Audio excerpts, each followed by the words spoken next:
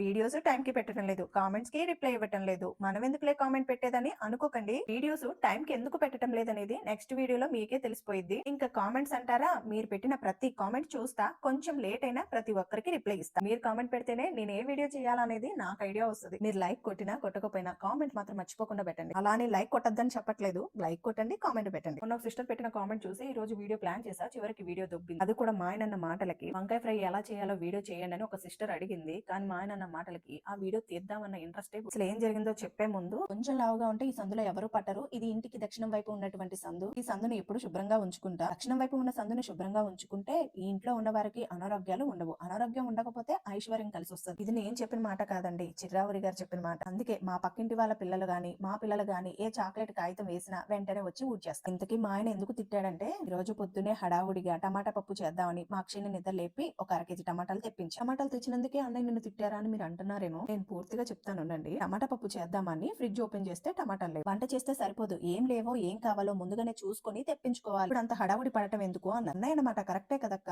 అది కరెక్టే, కానీ నేను ఇంకో పొరపాటు కూడా చేశాను. ఆల్రెడీ నా దగ్గర ఇంట్లో టమాటాలు ఉన్నాయి, పచ్చిగా ఉన్నాయని బయట పెట్టా, ఈ సంగతి మర్చిపోయా. టమాటా పప్పు చేశాక తాలింపు కోసం ఉల్లిపాయ చూస్తుంటే నా తెలివి సల్లంగుండా టమాటాలు ఇంట్లో ఉన్నాయండి, మర్చిపోయాను, పచ్చిగా ఉన్నాయని బయట పెట్టేశాను అని ఈ సంగతి మా ఆయనకి ఇంకా ఆ విషయం విన్నాక మా ఆయన ఏం తిట్టాడో మీకు చెప్పనులే అండి, బాగోదు. వంకాయ ఫ్రై అయిపోగానే బాండిలోనే కొంచెం అన్నం కలుపుకొని తిన్నా, సూపర్ గా ఉందండి.